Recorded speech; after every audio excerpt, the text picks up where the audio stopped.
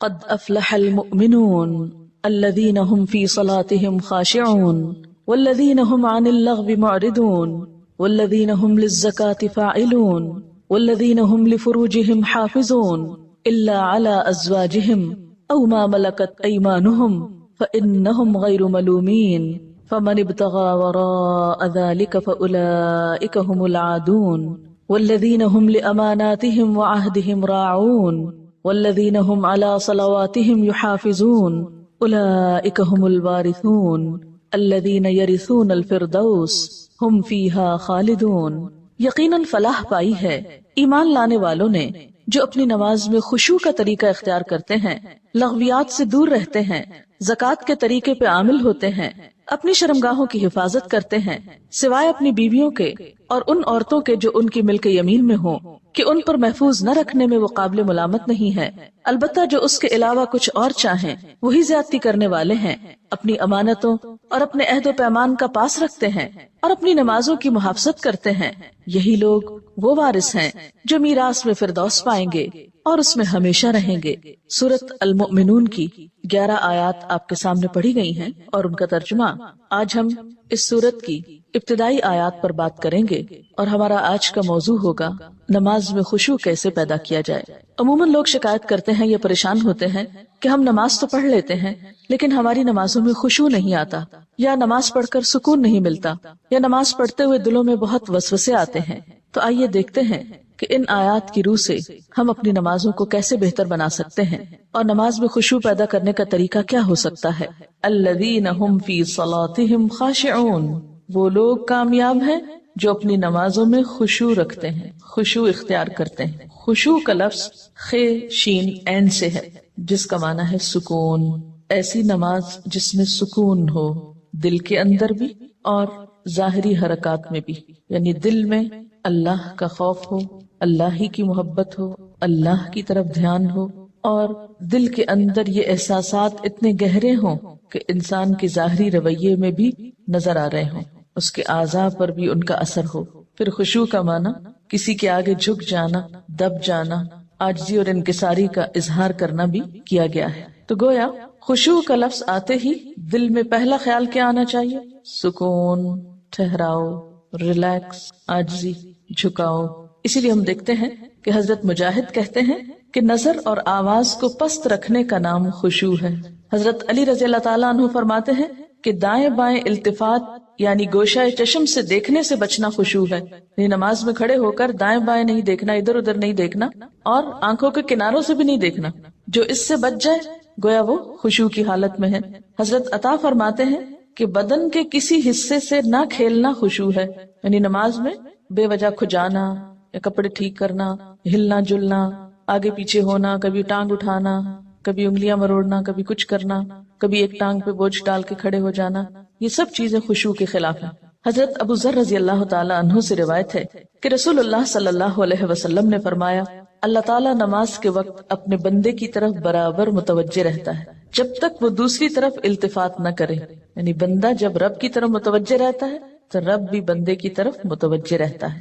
جب وہ دوسری طرف التفات کرتا ہے یعنی گوشہ چشم سے دیکھتا ہے تو اللہ تعالیٰ اس سے رخ پھیر لیتے ہیں، یعنی آپ کا دھیان اگر اللہ کی طرف رہا تو اللہ کی توجہ بھی آپ کی طرف، جو ہی آپ نے ادھر ادھر منہ کیا، توجہ کی، اللہ نے بھی اپنا رخ پھیر لیا۔ نبی کریم صلی اللہ علیہ وسلم نے حضرت انس کو حکم دیا کہ اپنی نگاہ اس جگہ رکھو جس جگہ سجدہ کرتے ہو، اور یہ کہ نماز میں دائیں بائیں التفات نہ کرو، یعنی نماز کا خشوع کیا ہے؟ نگاہیں سجدے کی جگہ ہوں۔ اگر آپ اس عمل میں کامیاب ہو جائیں تو یقین مانے آپ کی نماز میں خشوع آ جائے گا۔ بہت سے لوگ یہ سمجھتے ہیں کہ شاید آنکھیں بند کر کے نماز پڑھنے سے زیادہ خشوع آتا ہے، جو کہ غلط فہمی ہے۔ ایسا کرنا پسندیدہ بھی نہیں، لگتا بہت آسان ہے کہ کچھ چیز نظر نہ آئے تو ہمارا دھیان زیادہ اللہ کی طرف ہو جائے گا، لیکن آج آپ نماز میں تجربہ کر کے دیکھیں، جو لوگ آنکھیں بند کر کے پڑھتے ہیں وہ آنکھیں کھول کر سجدے کی جگہ دیکھنا شروع کریں۔ اس میں یہ ہوتا ہے نا کہ جب ہم بچپن سے ایک طریقے پہ نماز پڑھ رہے ہیں، کبھی کسی نے ہمیں ٹوکا نہیں، کیونکہ ہم سب سے زیادہ مائنڈ اس وقت کرتے ہیں جب کوئی ہماری نماز کی اصلاح کرنا چاہے۔ عام طور پر اگر آپ لوگوں کو کسی بھی چیز سے روکیں تو وہ اتنا نہیں برا مناتے، لیکن اگر نماز کے بارے میں تھوڑی سی بات بھی کر دے تو ہائپر سینسیٹیو ہوتے ہیں، غصہ کرتے ہیں، کیوں کہا؟ اگر مثلا کسی نے اگر دوپٹہ باریک لیا نماز میں تو اسے روکا جائے کہ نہیں یہ ٹھیک نہیں، یا اگر ٹخنے ننگے ہو رہے ہیں اور بتایا گیا، یا یہ کہ نماز کا طریقہ درست نہیں، اگر اس میں کسی نے تھوڑی سی بھی مداخلت کر دی تو ناقابل برداشت، تم ہوتے کون ہو مجھے کچھ کہنے والے۔ اس لیے عموماً لوگ اپنی عزت بچانے کو دوسروں کو چھوڑ دیتے ہیں، ٹھیک ہے جو چاہیں کریں، پھر کیا ہو سکتا ہے جب کسی کو خود پرواہ نہیں، جب کوئی خود اپنی اصلاح نہیں چاہتا تو آپ کیا کر سکتے ہیں کسی کے لیے۔ اور بعض اوقات انڈائریکٹلی 20 بار سمجھانے کے باوجود بھی لوگ اپنا طرز عمل نہیں بدلتے۔ تو یاد رکھیے کہ جب تک طریقہ درست نہیں ہوگا خشوع نہیں آئے گا۔ تو خشوع لانے کے لیے نمبر 1 کہ سنت کے مطابق نماز پڑھنے کی کوشش کریں، اور اس میں سجدے کی جگہ پہ دیکھنا شروع کریں، نماز میں حرکت کم کریں۔ عموماً تو مجھے ٹیلی ویژن دیکھنے کا کبھی نہ موقع ملا ہے نہ موقع ہوتا ہے، تو اس رمضان میں جہاں ہم ٹھہرے ہوئے تھے تو وہاں پر ٹیلی ویژن تھے، تو رات کو حرم کی تراویح آتی تھی، تو مجھے بہت ہوتا تھا کہ اتنا قریب ہے ہم اور وہاں شریک نہیں ہو سکتے، تو میں اہتمام کے ساتھ تھوڑی دیر لگا کے دیکھتی تھی کہ اچھا آج کون سی آیات آ رہی ہیں، آج کیا ہو رہا ہے۔ تو اس میں نے خصوصی طور پہ غور کیا کہ جو امام ہوتے تھے ایسے لگتا تھا کہ پتھر کے بت ہیں جو ان کو بالکل کوئی حرکت نہیں، اور وہاں سے مجھے اپنی نماز کو چیک کرنے کا احساس ہوا کہ ایک جگہ پر نظر ہے۔ ہمارا حال کیا تھا، کبھی آنکھیں بند کر لیتے ہیں، اوپر سر کر رہے ہوتے ہیں، کبھی ادھر کر رہے ہوتے ہیں، کبھی نیچے کر لیتے ہیں، کبھی آنکھیں کھول لیتے ہیں، کبھی ادھر ادھر تھوڑا سا دیکھ لیتے ہیں۔ کیا خاک خشوع آئے گا؟ اگر آپ کسی کو خشوع کے ساتھ نماز پڑھتے دیکھیں تو آپ دیکھیں گے آپ کی نماز میں بھی آئے گا، یا آپ کے پاس اگر کوئی کھڑا ہو تو اس سے بھی آپ کو فائدہ ہوگا۔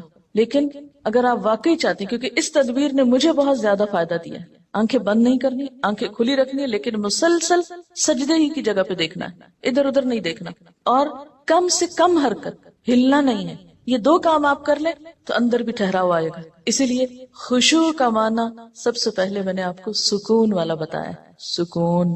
اور جو اس طرح نماز پڑھے اس کی نماز کے بعد بھی اس کو ایک خاص سکون نصیب ہوگا۔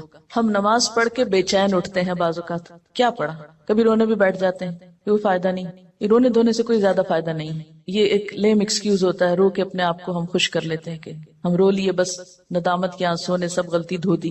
ٹھیک ہے اس سے دھل جاتی ہے غلطی، لیکن غلطی کی جب تک اصلاح نہ ہو تو محض رونا فائدہ نہیں دیتا، یا محض ندامت فائدہ نہیں دیتی۔ تو اس لیے 2 چیزوں پہ خصوصی توجہ کرنی ہے اگر چاہتے ہیں خشوع آئے۔ تو یہاں پر اللہ تعالیٰ فرماتے ہیں کہ صرف نماز پڑھنا ہی کافی نہیں، بلکہ نماز میں خشوع ضروری ہے۔ کس کے لیے؟ کامیابی کے لیے۔ اسی لیے آپ دیکھیے کہ ایسی جگہ پر نماز پڑھنے کو کہا گیا ہے جہاں زیادہ آس پاس موومنٹ نہ ہو۔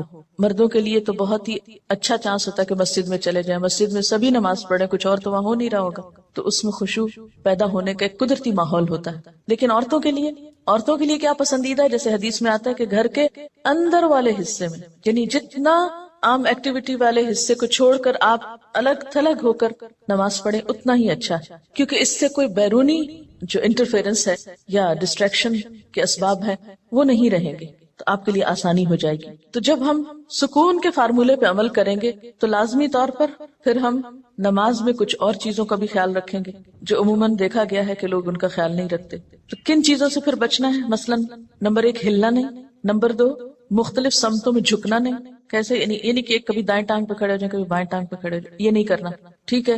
اگر شروع میں آپ کو بہت لمبی نماز کی عادت نہیں تو مختصر پڑھنا شروع کریں، لیکن ہلے بغیر۔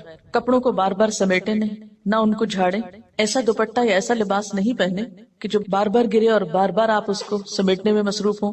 پھر اسی طرح جائے نماز کو درست طریقے پہ بچھائیں، یہ نہیں کہ نماز کے بیچ میں ہی آپ اسے ٹھیک کرنا شروع کر دیں۔ ایسی جائے نماز پہ کھڑے مت ہوں کہ جو ہر دفعہ میں اکٹھی ہو جائے اور ہر دفعہ میں آپ اس کو سیدھا کر رہے ہیں۔ پہلے جو کھجور کے درختوں کے پتے ہوتے تھے ان کے جو جائے نماز ملتے تھے، اگر آج آپ کو میسر ہو اور اس پر نماز پڑھنے کی کوشش کریں تو آپ دیکھیں گے خشوع میں اضافہ ہوگا۔ بالکل ایک نیچرل میٹ ہوتا ہے نا، اس کی اپنی ایک خوشبو بھی ہوتی ہے اور وہ اکٹھا نہیں ہوتا، اور اس پر آپ کے ہاتھ پاؤں سب جم جاتے ہیں۔ یہ جتنی مخملی جائے نمازیں آ گئی ہیں اتنی ہی نماز میں خشوع ختم ہو گیا۔ کبھی پاؤں پھسل رہے ہوتے ہیں، کبھی ہاتھ پھسل رہے ہوتے ہیں۔ جس چیز پر آپ نماز پڑھتے ہیں اس کو بھی درست کرنے کی ضرورت ہے، وہ بھی مددگار ہے۔ اسی لیے آپ صلی اللہ علیہ وسلم نے نماز کے وقت سامنے نقش و نگار اور جائے نمازوں کے اوپر نقش و نگار اور ان چیزوں کو ناپسند کیا ہے، کیونکہ یہ بھی نماز میں خلل انداز ہوتے ہیں۔ پھر اسی طرح تن کے بھی نہیں کھڑے ہونا چاہیے، یعنی بہت اکڑ کے نہیں کھڑے ہو، بلکہ نارمل نیچرل ریلیکس طریقے سے کھڑے، بہت اونچی قرات نہ کریں. مثلاً اگر آپ تہجد میں یا نفل کسی میں ذرا سا زیادہ تلاوت کرنا چاہتے ہیں، بہت چیخ چلا کے نہیں کریں.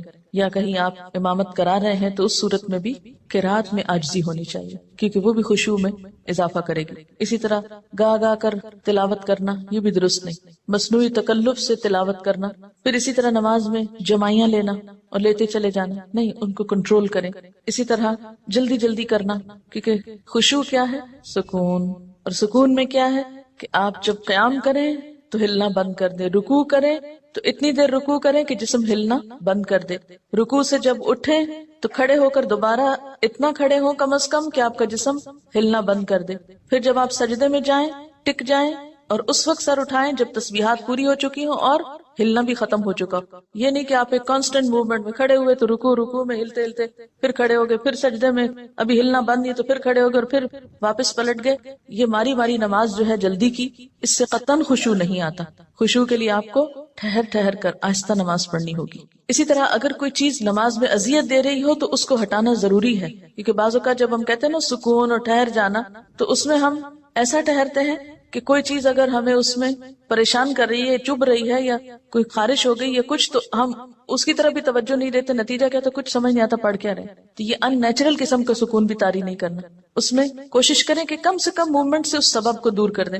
مثلا اگر کہیں خارش ہوئی ہے تو ایک ہاتھ سے بس اس جگہ ہلکا سا دبا کے خارش کر دیں، یہ نہیں کہ ہلا ہلا کے خارش شروع کر دیں، یا کہ بالوں کو سمیٹنا شروع کر دیں، یا بالوں سے کھیلنا، یا کپڑوں سے. یا بعض لوگ جیسے مرد حضرات حرم میں نماز پڑھ رہے تھے نا، تو وہ مختلف لوگوں کو دیکھ کے آپ اندازہ کر سکتے ہیں کہ کون کس طرح پڑھ رہا ہے نا، اور اس سے اپنے آپ کو کمپیئر کرتے ہیں کہ جب میں ایسی حرکت کروں تو میں بھی تو یہی لگتی ہوں گی. بعض لوگ داڑھی سے کھیل رہے ہوتے ہیں، بعض اوقات بال ٹھیک کر رہے ہوتے ہیں، بعض لوگ کپڑے ٹھیک کرتے چلے جاتے ہیں.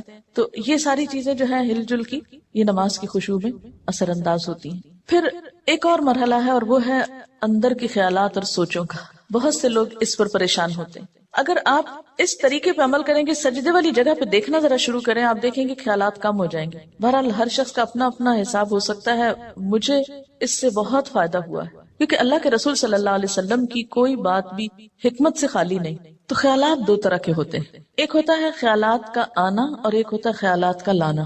آنے والوں کو تو آپ روک نہیں سکتے، پاسبل ہی نہیں. اور ایک ہوتا ہے خود انوائٹ کرنا، کسی کو بلانا، دعوت دینا، اس کو آپ بہرحال کنٹرول کر سکتے ہیں. اب جو بن بلائے آ جاتے ہیں ان کو آنے دیں، ان کو آپ اگنور کر دیں، کیونکہ ہمارا دماغ ایسی چیز ہے کہ جو کانسٹنٹلی کام کرتا ہے، رکتا نہیں ہے. آپ سو رہے ہوں تب بھی وہ خوابیں دیکھتا رہتا ہے، آپ جاگ رہے ہوں، آپ کسی سے بات کر رہے ہوں تو ضروری نہیں کہ آپ کی پوری توجہ وہاں ہو. بہت دفعہ ایسا ہوتا ہے کہ بات کرتے ہوئے آپ کا دھیان وہاں بھی ہوتا ہے اور کہیں اور بھی ہوتا ہے. تو ان تمام چیزوں پر جو خیالات تو خود بخود آ رہے ہیں وہ آتے رہیں گے، اس کو نہیں آپ روک سکتے. مثلا کانوں کے اوپر تو آپ کیا کرتے ہیں؟ ہاتھ رکھ سکتے ہیں، آنکھوں کو بند کر سکتے ہیں، زبان بند کر سکتے ہیں، لیکن دماغ کے خیال کا کیا کریں؟ کوئی ڈھکنا نہیں دے سکتے، کوئی سوئچ نہیں آف کر سکتے. وہ تو خدا نہ خواستہ آف ہوا تو پھر تو گئے، آن نہیں ہو سکتا. پھر اب یہ بڑی مشکل ہے. اس لیے ان کے پیچھے نہ پڑے، ان کو زیادہ سوچے نہ، ان کو اہمیت نہ دے، ان کو اپنے اوپر حاوی نہ ہونے دے، ان کا تذکرہ نہ بہت زیادہ کریں. کہ کچھ لوگوں کو میں نے دیکھا وہ ہر ایک کو لے کے بیٹھ جاتے ہیں، میں کیا کروں، میرے تو خیال بہت آتے ہیں نماز میں. کسی کے پاس کوئی جادو کی چھڑی نہیں کہ جو ایک آپ کو لگائے گا اس وقت اور آئندہ آپ کے خیالات نہیں آئیں گے. اس لیے آپ ان کا تذکرہ زیادہ نہ کریں، just take it easy, normal لیں. تو ہوتا ہی ہے تو آئیں گے، لیکن یہ نہ کریں کہ کوئی ایک خیال آ گیا ہے تو پھر اس کے آگے اور سوچیں. مثلاً اپنے کاموں کی پلاننگ وہاں کھڑے ہو کے شروع کر دیں. اور فرض نمازوں میں ایسا نہیں ہو سکتا، ایسا نہیں کیا جا سکتا. نفل میں اگر ہو جائے، جیسے حضرت عمر رضی اللہ تعالیٰ عنہ جو فوجوں کو ترتیب دینی ہوتی تھی تو نفل نماز شروع کر دیتے تھے. تو نوافل کی حد تک ٹھیک ہے لیکن فرض میں نہیں. پھر آپ دیکھیے کہ اگر آپ بدل بدل کے صورتیں پڑھیں گے، قرآن پاک کا کچھ حصہ ساتھ ساتھ یاد کرتے رہیں گے، تو آپ دیکھیں گے کہ اس سے بھی فرق پڑتا ہے. چینج سے یکسوئی آتی ہے. مثلاً ایک جگہ آپ کھڑے ہیں یا ایک جگہ آپ کام کر رہے ہیں تو بعض اوقات آپ کام نہیں کر پاتے اور بار بار آپ کو خیالات تنگ کرتے ہیں. اپنی پڑھائی کے دوران بھی آپ نے دیکھا ہوگا، آپ تھوڑی سی پوزیشن چینج کر لیتے ہیں، جگہ بدل لیتے ہیں، اٹھ کے جا کے پانی پی کے آ جاتے ہیں یا کچھ، تو اس سے پھر فرق پڑ جاتا ہے. اسی طرح اگر آپ تلاوت یعنی قرآن پاک کا وہ حصہ جو نماز میں پڑھ رہے ہیں اگر آپ اس کو تبدیل کرتے رہیں تو فائدہ ہوگا. اس کے لیے طریقہ کیا ہو؟ کیونکہ آپ نے دیکھا ہوگا کچھ قرآن پاک آپ نے یاد کیا پھر وہ آپ کو بھولنے لگا، کوئی صورت اگر کچھ دن تک نہیں پڑھی، اگلے دن نماز میں پڑھنے کھڑے ہوئے وہ اٹکنا شروع ہو گیا، آپ نے تنگ آ کے چھوڑ دی. ایسی چیزیں بہت نیچرل ہوتی ہیں. اس کا علاج کیا ہے؟ ایک پاکٹ سائز کا چھوٹا سا قرآن پاک کا نسخہ جو ہے وہ نماز کے وقت میں قریب رکھ لیں. میں نے ایک باسکٹ سی بنائی ہوئی، تو آپ کیا کریں، دعاؤں کے کارڈز، تسبیح اور جو قرآن پاک کا نسخہ، اگر آپ چشمہ لگا کے پڑھتے ہیں تو چشمہ، یہ ساری ضروری چیزیں جو ہیں اس کے اندر موجود ہوں. وہ آپ اپنے بیڈ روم میں، اپنے وارڈ روم میں کہیں ایک جگہ پر اس کو رکھ لیں.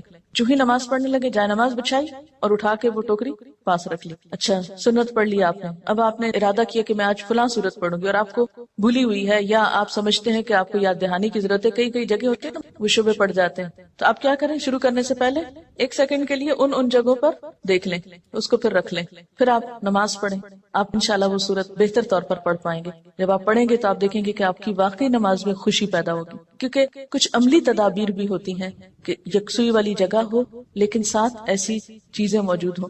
مثلا اگر آپ نوافل پڑھ رہے ہیں اور آپ تھک گئے ہیں بیچ میں، تو بجائے اس کے کہ اپنے اوپر زور زبردستی کر کے پھر کھڑے ہو جائیں، آپ بیچ میں تھوڑا بیٹھ بھی سکتے ہیں، یا یہ کہ سلام پھیر کر آپ دعاؤں کا کارڈ نکالیں، کچھ دعائیں پڑھ لیں، اس میں آپ ریلیکس بھی ہو جائیں گے اور ساتھ یہ ہے کہ دعائیں بھی مانگی جائیں گی اور اگلے 2 نفل جو ہیں وہ زیادہ یکسوئی کے ساتھ پڑھے جائیں گے. تو اس طرح کی کچھ عملی تدابیر جو ہیں وہ آپ کی نماز کو اچھا کر دیتی. اسی طرح اگر ماحول کو تھوڑا اور خوشگوار بنائیں، مثلا یہ کہ جا نماز کے اوپر اگر آپ تھوڑا سا عطر لگا لیں، یا یہ کہ آپ اس کو جھاڑ پٹک کے رکھیں، کچھ عرصے بعد اس کو دھو لیں، صاف کر لیں. تو یہ جو پاکیزگی اور صفائی کے جو مرحلے ہیں نماز کے ساتھ، لباس کے علاوہ، جسم کے علاوہ جگہ کی صفائی، اس سے بھی نماز میں خشوع آتا ہے. کیونکہ اگر آپ ایسی جگہ پہ نماز پڑھیں جو اسمیلی ہے یا جہاں گھٹن ہے یا جہاں کوئی آکسیجن نہیں ہے، تو اس سے بھی کیا ہوگا کہ آپ کو ایک دم جمائیاں آنے لگیں گی، آپ کو نیند آنے لگے گی، آپ کے اندر ایک بیزاری کی کیفیت ہوگی. تو ہمیشہ جب کوئی مسئلہ پیش آئے تو صرف رونا دھونا نہ کیا کریں. ہم رونا دھونا کر کے، واویلا کر کے یہ سمجھتے ہیں کہ مسئلہ حل ہو جائے گا، جو کہ ہو سکتا ہی نہیں. واویلا کرنا کسی مسئلے کا حل نہیں، اس کو تو اپنی زندگی سے نکال دیں، جو میں نے دیکھا کہ خواتین میں زیادہ ہی ہے، اور اس سے ہم مار کھاتے ہیں. یعنی کہ مسئلہ پیش آیا، ہائے کیا کروں، ہائے کیوں ہو گیا، ہائے، یہ سب نکال دیں. مسئلہ پیش آنے پر، مسئلہ نماز میں خشوع نہیں، مسئلہ پیش آ جائے، مسئلہ پیش آنے پر مسئلے کو پہچانے، اس کے اسباب جانے، یعنی مسئلے کو آئیڈینٹیفائی کریں. پہلے یہ ہے مسئلہ، خشوع نہیں آ رہا، پہچانے وجوہات کیا ہیں، کیوں نہیں آ رہا. 1 وجہ کہ جگہ ٹھیک نہیں، 2 وجہ کہ قرآن یاد نہیں، 3 وجہ کہ آس پاس شور ہے، وغیرہ وغیرہ وجوہات معلوم کر لیں. اور ایک ان سب وجوہات سے بڑی وجہ کہ نماز پڑھنے کے ٹھیک طریقہ ہی نہیں آتا، الفاظ کی ادائیگی درست نہیں نماز کی، تو وہ ہر وقت ایک گلٹ ہے اندر، پتہ نہیں ٹھیک پڑھ رہی ہوں کہ نہیں، پتہ نہیں ٹھیک پڑھ رہی ہوں کہ نہیں. یہ جب تک یہ گلٹ رہے گی نماز میں خوشی نہیں آئے گی. اس گلٹ کو دور کریں. اگر آپ کو مثلا اتحیات پڑھنا نہیں آتا، دروشی پڑھنا نہیں آتا، سیکھ لیں کسی سے، بالکل شرم محسوس نہیں کریں، جتنا جلدی ہو سیکھ لیں. کیونکہ اگر درست علم ہوگا تو آپ دیکھیں گے کہ اس سے بھی آپ کو سکون آ جائے گا. سارے مسائل کی وجوہات جانیں اور پھر ایک ایک کر کے وجہ کو دور کرنے کی کوشش کریں. اگر آپ سمجھتے ہیں کہ وجہ دور آپ سے خود نہیں ہو رہی تو کسی سے مشورہ کر لیں کہ اس مسئلے کا حل کیا ہو سکتا ہے. لیکن مسئلے کو سب سے پہلے آپ خود پہچانیں. کبھی یہ نہ کہا کریں بار بار مجھے نہیں پتا کہ یہ کیوں ہے. نہیں، کیوں نہیں پتا، پتا ہونا چاہیے. اللہ نے آپ کو عقل دی، سمجھ دی، جاننے کی کوشش کریں. اور پھر اس کے بعد یہ ہے کہ اس کا حل کریں، اور اس معاملے میں بے صبری نہ کریں. بہت سے مسائل کے حل میں وقت لگتا ہے، اس وقت کو اویل کریں اور صبر کے ساتھ آہستہ آہستہ آپ دیکھیں گے کہ انشاءاللہ وہ مسئلہ حل ہوتا جائے گا. اور سب سے بڑی بات یہ کہ پھر اللہ تعالیٰ سے خوب خوب دعا کریں کہ اللہ تعالیٰ تو میری نماز میں خشوع دے دے، مجھے نماز کا شوق دے دے، مجھے نماز کی محبت دے دے، نماز کو میری آنکھوں کی ٹھنڈک بنا دے. اس طرح کی جو بھی دعائیں آپ کے دل میں آئیں، آپ دیکھیے کہ مانگنے کے لیے آپ کے اندر سے بات اٹھنی چاہیے نا. دعا کوئی مصنوعی چیز نہیں ہے کہ کوئی مانگ رہا تو آپ اس کو دیکھ کے آپ بھی شروع کر دیں.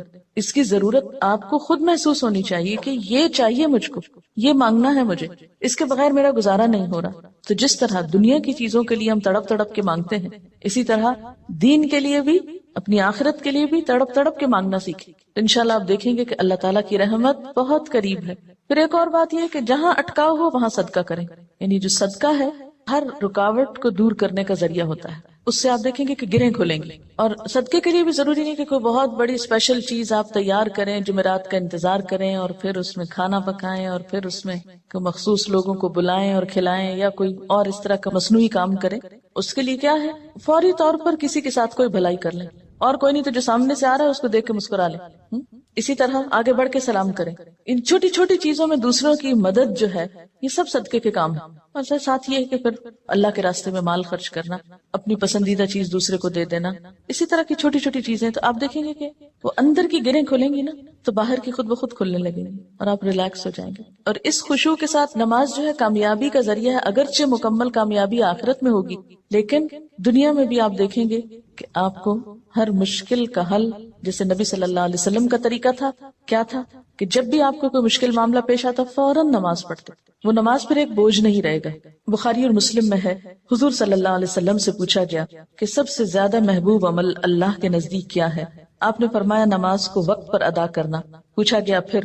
فرمایا ماں باپ سے اچھا سلوک کرنا. پوچھا گیا پھر؟ فرمایا اللہ کی راہ میں جہاد کرنا. جہاد کرنا اگرچہ ضروری ہے لیکن وہ بعد میں ہے، پہلے اپنی نمازیں درست کر لیں اور وقت پہ پڑھیں.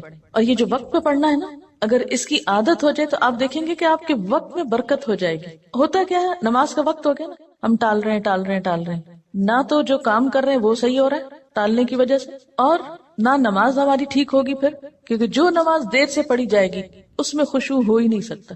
اگر آپ فجر کے آخری ٹائم پہ اٹھیں کیسے خشوع آئے گا؟ ٹینشن تو یہی رہے گی کہ سورج نہ نکل آئے یا نکل نہ چکا ہو. کوئی بھی نماز جو تاخیر سے پڑھیں گے، آپ وقت گزار کے پڑھیں گے، وہ خشوع سے خالی ہو جائے گی، خود بخود آٹومیٹیکلی پھیکی ہو جائے گی. اس لیے کوشش کریں، یعنی اگر آپ خشوع لانا چاہتے ہیں تو پہلی کوشش کہاں سے شروع ہو کہ وقت پر اور اول وقت میں. حضرت ابو درداء سے روایت ہے کہ رسول اللہ صلی اللہ علیہ وسلم نے فرمایا سب سے پہلی چیز جو امت سے اٹھ جائے گی یعنی سلب ہو جائے گی وہ خشوع ہے، یہاں تک کہ قوم میں کوئی خاشع نظر نہ آئے گا.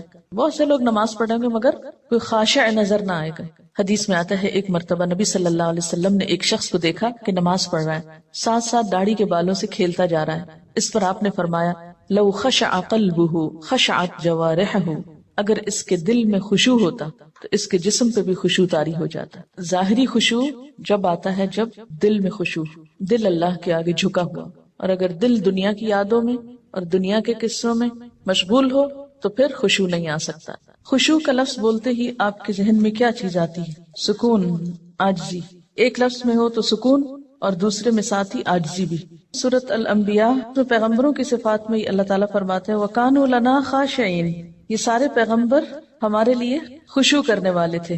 تو اس سے کیا پتہ چلتا ہے کہ خاشع ہونا جو ہے، عاجز ہونا اور اللہ کے سامنے عاجزی اختیار کرنا، یہ پیغمبروں کی صفات میں سے رہا ہے. سورۃ انبیاء کی آیت 90.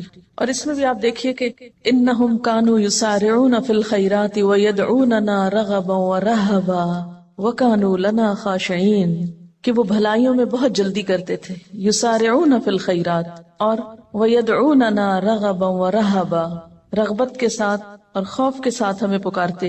حالانکہ وہ پیغمبر تھے پھر بھی محض رغبت نہیں تھی، خوف بھی ساتھ تھا. وَكَانُوا لَنَا خَاشِعِينَ، اور وہ ہمارے آگے جھکے ہوئے تھے. تو اس سے یہ پتہ چلتا ہے کہ نماز کے اندر خشوع صرف نماز میں ہی جھکنے کا نام نہیں، یا صرف نماز کی حد تک عاجزی اختیار کرنے کا نام نہیں، بلکہ اس کے علاوہ عام روزمرہ زندگی میں بھی یہ اخلاق پیدا ہونا چاہیے، یا عام روزمرہ زندگی میں بھی ہمارے اندر یہ کردار پیدا ہونا چاہیے.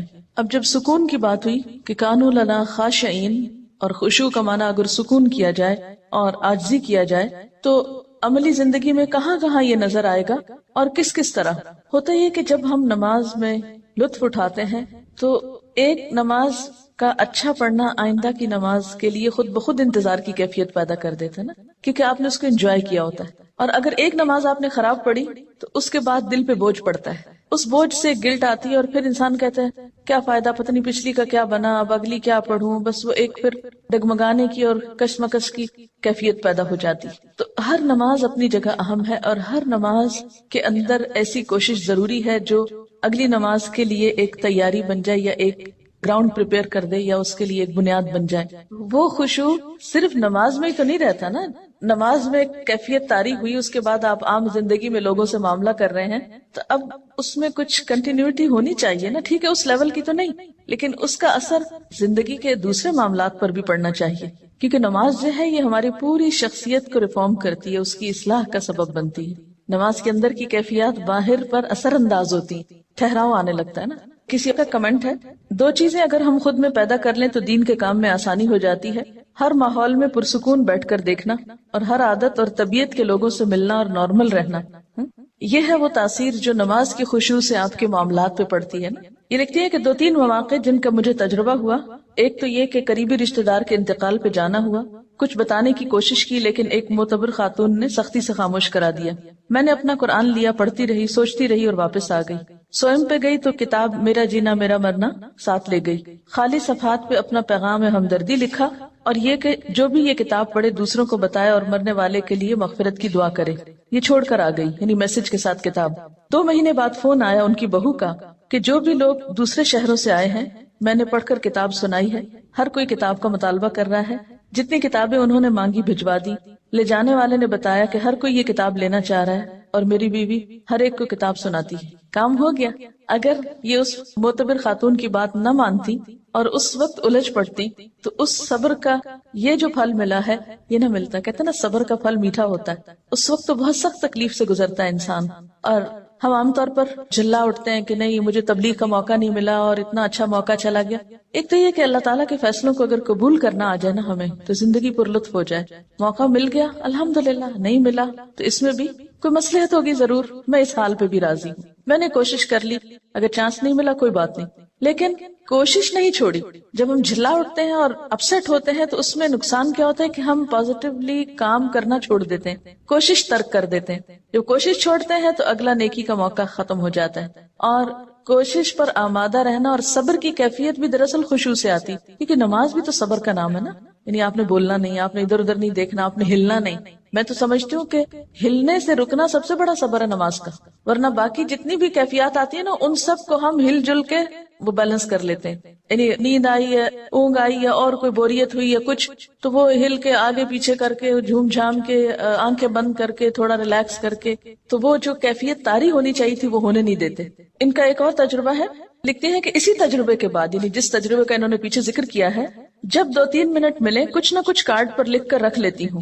چونکہ یہ پریکٹیکل ٹپس ہے نا تبلیغ کی، اس لیے میں اس کو آپ سے شیئر کرنا چاہتی ہوں، اور جہاں جاؤں لے جاتی ہوں۔ اس وقت نہ بھی لوگ پڑھیں تو بعد میں ضرور پڑھتے ہیں۔ اب مثلا نے بنایا کہ وما قدر اللہ حق قدری ہی، اللہ تعالیٰ کا شکوہ، اور اندر لکھا ہوا ہے اللہ تعالیٰ کا بندوں سے شکوہ، اور نہیں انہوں نے قدر کی اللہ کی جیسا کہ حق ہے اس کی قدر کرنے کا۔